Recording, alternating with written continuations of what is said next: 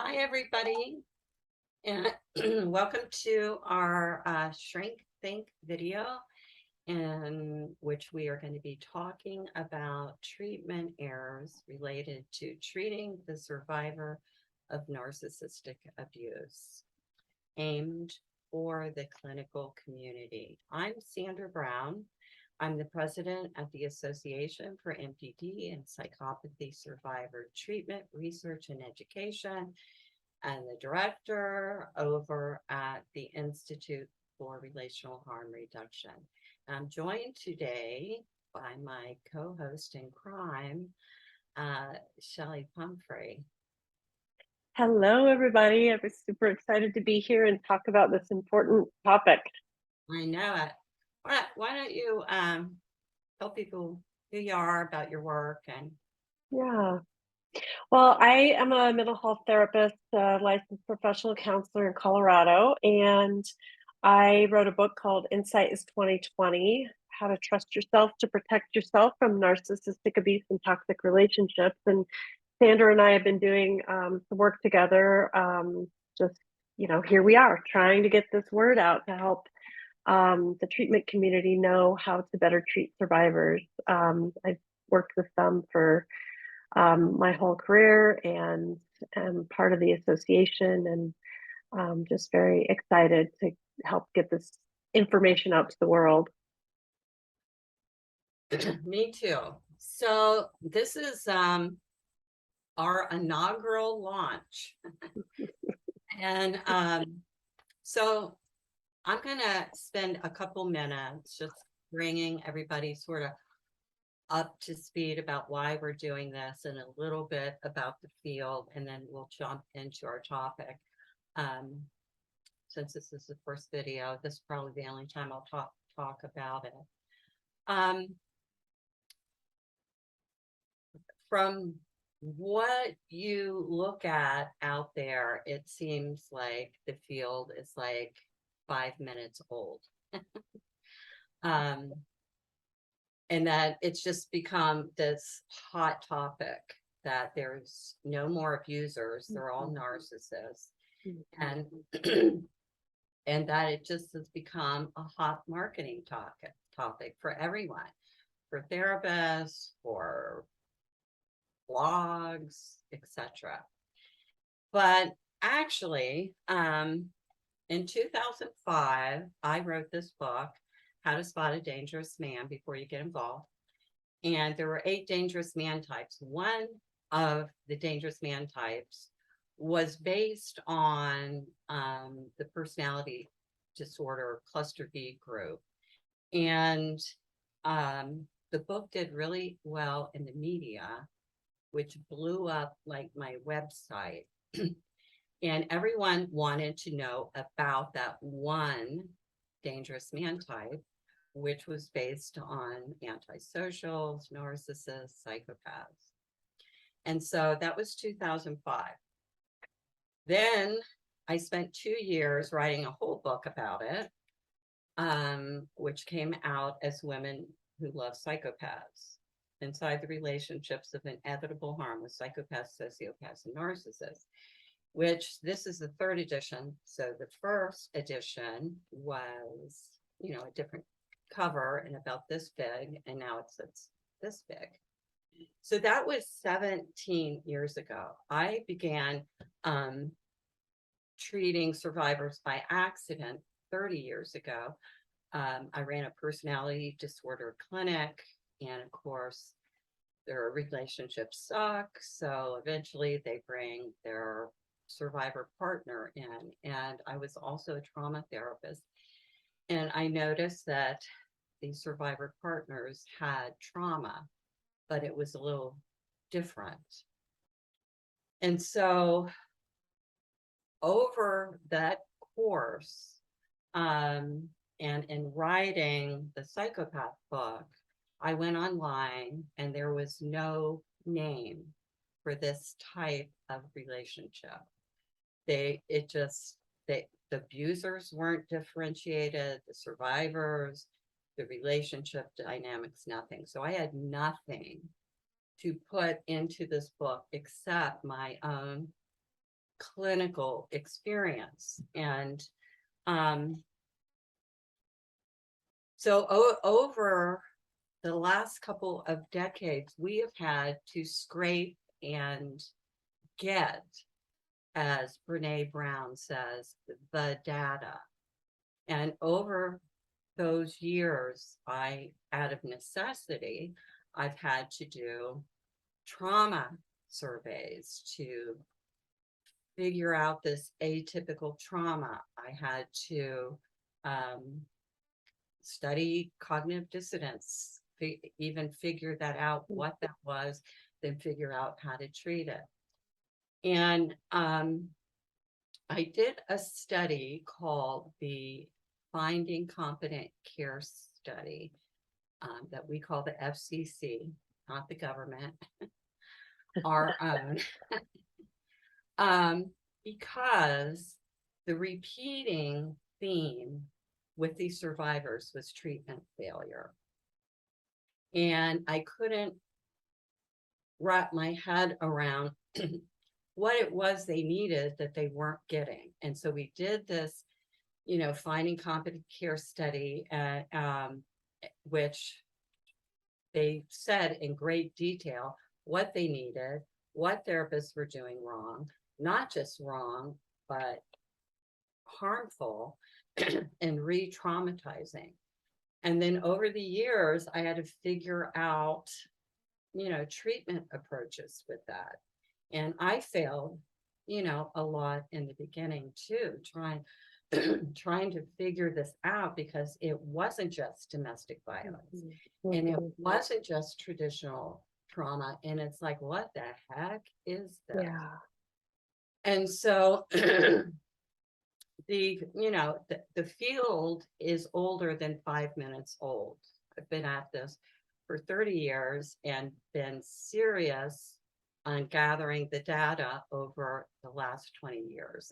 And what we set out to do was to create the Therapist Professional Association, because while I had my head down and studying and doing and even producing a research project with Purdue University to understand the survivor profile, the whole field and concept was hijacked by bloggers. And to hear that version, which sounds like an alternate universe, is you have to worry about getting sucked up in a Hoover, and you have to dodge flying monkeys, and you have to know which color rock, gray or yellow, to use. And it's so sad and bastardizing to the real science that is behind this, and that we have that the whole goal was to get this subgenre of trauma recognized in the traumatic stress studies field, which I'm sure they're not looking 2 seconds at the predominant amount of information that is out there about flying monkeys. So we created the association to bring therapists in, to try to bring real science into this and stop this proliferation of not only flying monkeys, but wrong treatment. And so many therapists have gotten their information from bloggers, and they probably don't realize that there is the data over the last 20 decades that include, the last 20 years, that includes lots of science, like real stuff that they can effectively use right away. And so we began the association in the first therapist training in 2021. And we did it because from the FCC studies, we could see that there were 3 knowledge bases and skill sets that were needed to effectively treat this population.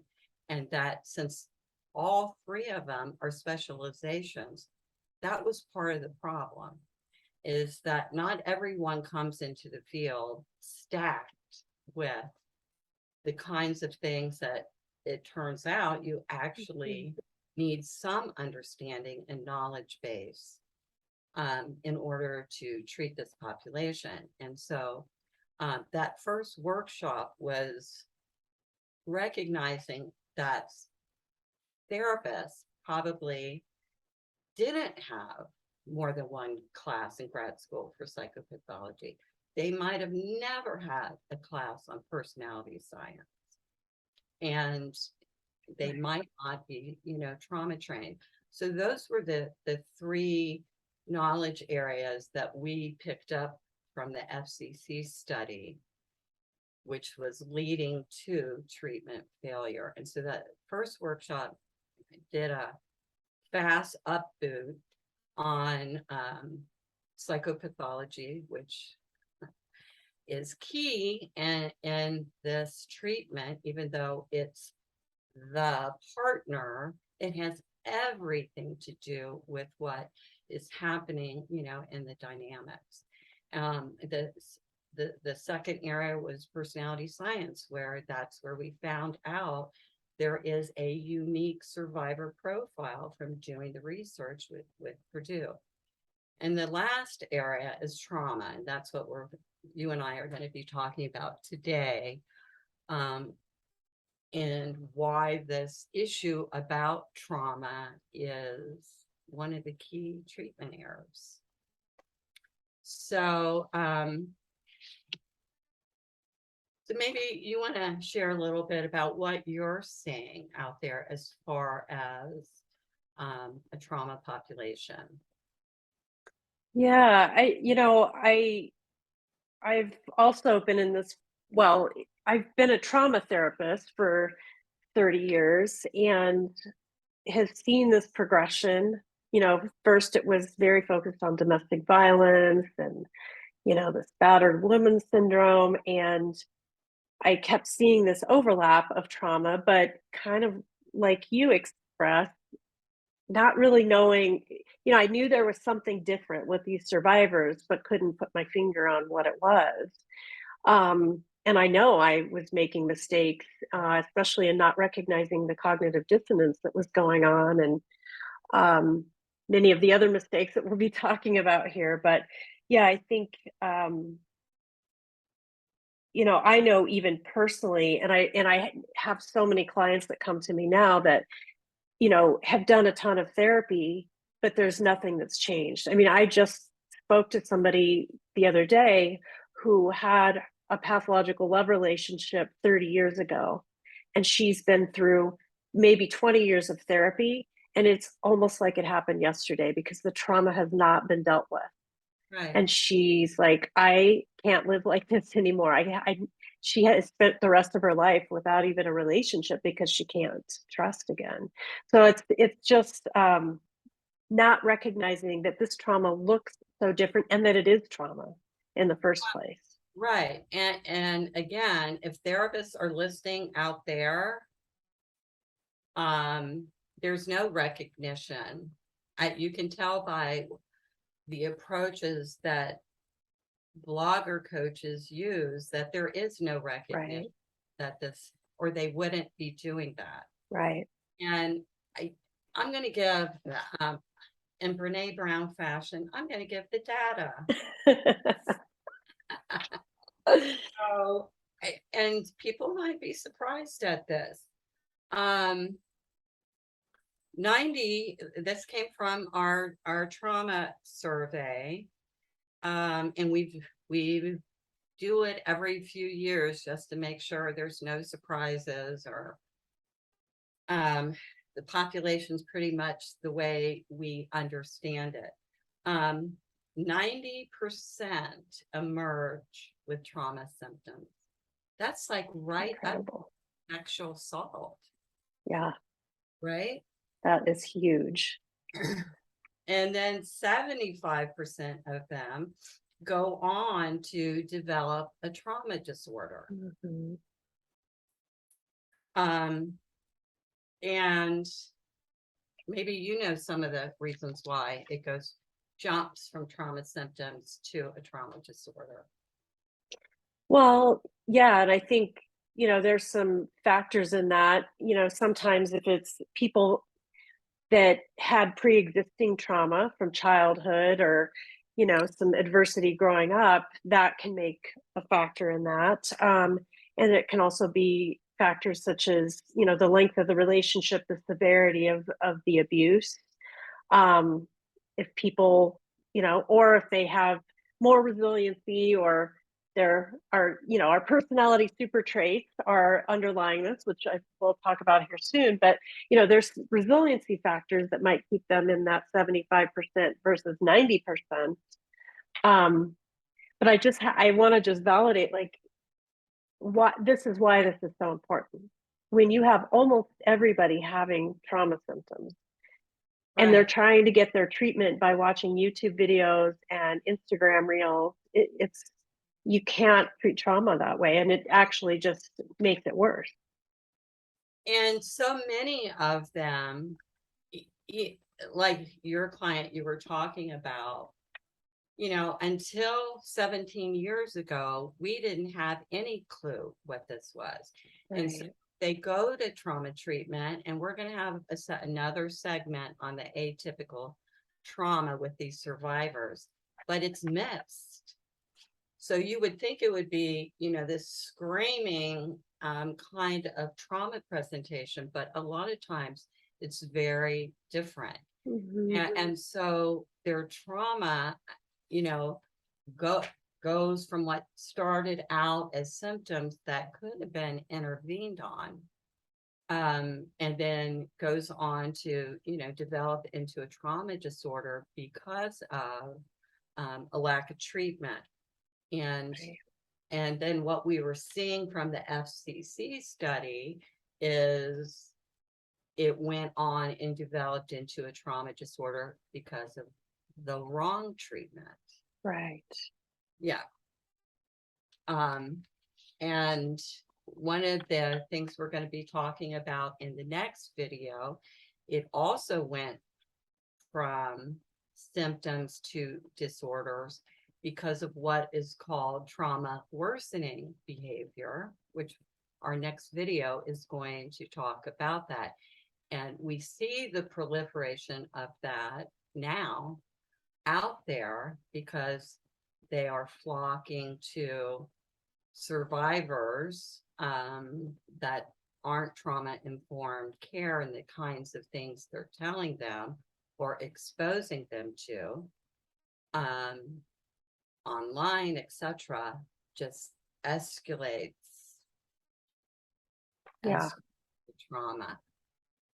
And I think we sometimes assume anything they're doing for themselves is good. At least Mhm. they're doing something, when in Right. this population with this high of a percentage of trauma, that just isn't true. Right. Yeah, and I also think there's, part of the trauma is this, when you're experiencing gaslighting and you've had you have a lot of cognitive dissonance, there's such an urgency to figure out what's wrong, and to, you know, so people just can lose themselves in Facebook groups and all of the social media information or the books. And so they're constantly looking for validation or trying to help them not feel so crazy. But that high level of exposure to the wrong kind of information that's not trauma informed just continues to worsen the trauma. Right. And therapists will probably notice that they get a lot of survivors that are crashing and burning Yeah. in hyperarousal from Right. being on these social media pages. Every once in a while, and I go and look out there, and then I want to shoot myself after I do that. The pictures of their wounds PECs. And again, if you don't recognize this as, Mhm. a trauma population, or you don't understand the associational nature of trauma and how this is going to trigger and set off that Mhm. hyperarousal, you'll miss it. But, Right. I started asking my clients, and, um, not that I need more clients, but it was the best thing that ever happened to our practice, because Mhm. they all end up getting so triggered and having a meltdown, that I guess maybe in some convoluted way, thank God, it drives them to go get, better care, Mhm. as they become, so triggered on those sites. Um, so back to the data, um, the from the trauma study, we looked where they were on the trauma continuum. First, you have to know they have trauma, and then you need to look for where they are Mhm. on the trauma continuum. And this isn't, written in stone, but this is, um, with some consistency, what we found, that the majority of the survivors who had adverse histories, in like childhood, and then they came into the pathological relationship, ended up on the continuum at least at moderate PTSD and up. Mhm. Complex. I've even had horrible dissociative, Yeah. people who had horrible dissociation and even catastrophic trauma. Um, Mhm. and then those without adverse histories that just got into a PLR, which therapists tend to always assume they had adverse histories. Right. That is not true. There are lots of, that's a whole other video. Right. But those without adverse histories that got in as an adult in the pathological relationship had mild to moderate PTSD. So is that the kind of stuff you're seeing? Absolutely. I mean, across the board. And I think, I mean, I just want to reiterate the part that, you said that, um, you know, not recognizing the trauma and it's the belief that if they're coming in with this, they must have had that childhood trauma. Um, and only people like that are going to wind up in a relationship like that. So, I know we'll be talking about that soon, but that's a big one for therapists to get, from this Purdue study, especially when we talk about personality traits. And I Yeah, think you could go down the wrong road with treatment when you're well, making absolutely. assumptions. Yes, making the assumptions. And of course, we're going to be talking about that more, but the DV field, where we all got our first Hmm. training, that theory is now 50 years old. That's when Yeah. that was the profile. The profile was this adverse history. And Right. so a lot of these survivors come in and don't have that history and verbalize they don't have that history, are usually then not looked at closer, for trauma. And we have made this huge leap, in part from survivor bloggers, that all survivors have this adverse history. And the reason, and some therapists believe that too, that who do we see that presents for treatment the most often? It's people that have unmanaged symptoms, Hmm. drives them to counseling. And so they might not have been managing well beforehand. And then you add this pathological relationship on top of it with new trauma and reactivated, their old trauma. And of course, that is going to be the majority Hmm. that we see coming in. Um, it's not that you don't get those without the adverse histories, but it makes the statistics look like that everybody has adverse histories because they are the ones most likely seeking treatment. Right. So we have made this huge leap. And then if we believe that, we start down that treatment path. And in the FCC study, survivors, have said, I told my therapist that I I don't have an adverse history. I had a normal enough family. I don't had never had low self-esteem issues. Right. I'm not codependent. I'm not any of that. And the therapist assumes they're in denial, they have repressed memories, and they're going to treat them for that by God, no matter what. And we have failed, and again, until we dug the data, to recognize that there are two different populations Right. within this survivor population. Those that have adverse, and we need to maybe work on stuff related to that, and those who do not, and they don't have that piece of work, but that, and I think we tend to compare, like, we're so used to seeing the survivors with adverse histories and that big trauma, that we miss the trauma in the survivors. Yeah. Looks a little different. It's not so in your face. We miss that with the non-adversity histories. Yeah. Yeah, absolutely. So what are some of the misdiagnoses that you've seen?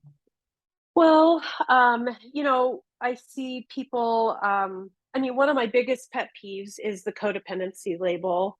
I think that's been used for so long and is really, I always look at that as this umbrella term to describe a lot of people pleasing ish behaviors, but there are so many root causes to that. And, it seems like there's always an assumption that somebody in a PLR or that you don't recognize as in a PLR is codependent. But you just said that especially these people that don't have adverse histories or prior histories of trauma, they have great self-esteem, or at least they did prior to coming into this relationship where it was destroyed. And there's also factors like attachment style or having the agreeableness super trait, which we'll talk about, that can look like codependency, but it isn't what we think of as the typical codependency. So that's a big one that I could spend hours talking about. And then there's also looking at them like borderline or dependent personality disorder. They're so dysregulated, or it looks like, or making this assumption of, well, if you're staying with this abusive person, you must be dependent.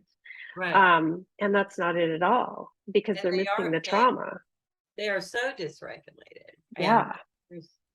And we're going to talk about that because they have a dual dysregulation and not just a trauma dysregulation, but they because of that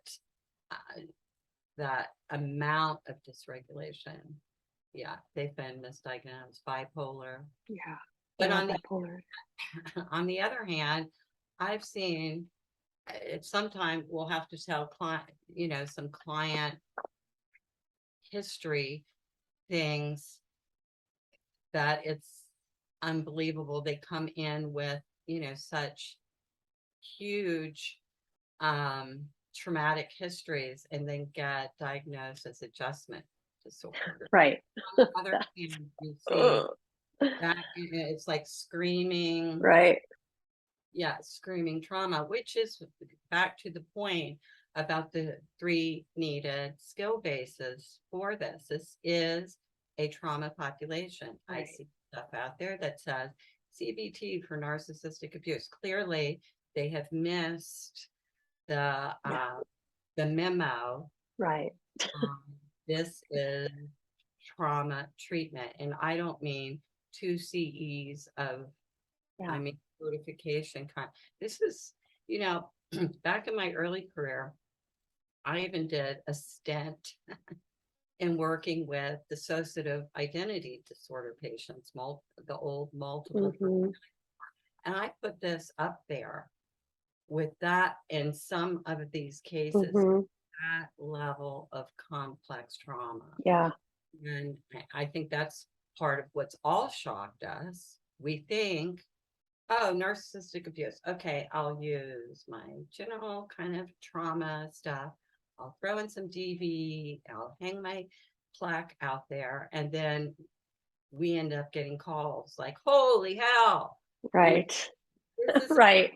I thought when I signed up. So this is our warning. This is us Mhm. saying this is a trauma population, pretty high up the trauma continuum. And that has been one of the main treatment failure issues for this population. It's not being recognized. And in our defense, that atypical trauma took me a couple years to figure Yeah. out. And so if we don't know what that is and what that's connected to, you have to come back to another video because we're going to talk about that. We'll definitely miss it because this isn't always the kinds of trauma we're used to seeing. And the higher up in their functionality sometimes, without all that adversity, that would be more screaming kinds of stuff. The more I, in the past, had tended, to miss that. So I guess we'll get into that next time. I'm going to tell everybody, we're going to be doing a series of these short videos. This is in no way able to prepare you for this work. We're just drawing attention to this factor that, hey, I might need more training on this. This is more than flying monkeys and what I've read about. So our therapist training is over at survivortreatment.com. We are in the process of developing a certification program. If you really think you're going to plant your feet in here and work in this field, the training is set up as 3 core competencies to begin with. They need to be taken in order. The first one is the clinician's guide. The second one is treatment. Treating the survivor. You may not jump to treatment without first going to first base with the clinician's guide. But we hope you'll join us over there at survivortreatment.com and look forward to seeing you in some trainings in the future. Thank you for joining us. Thank you.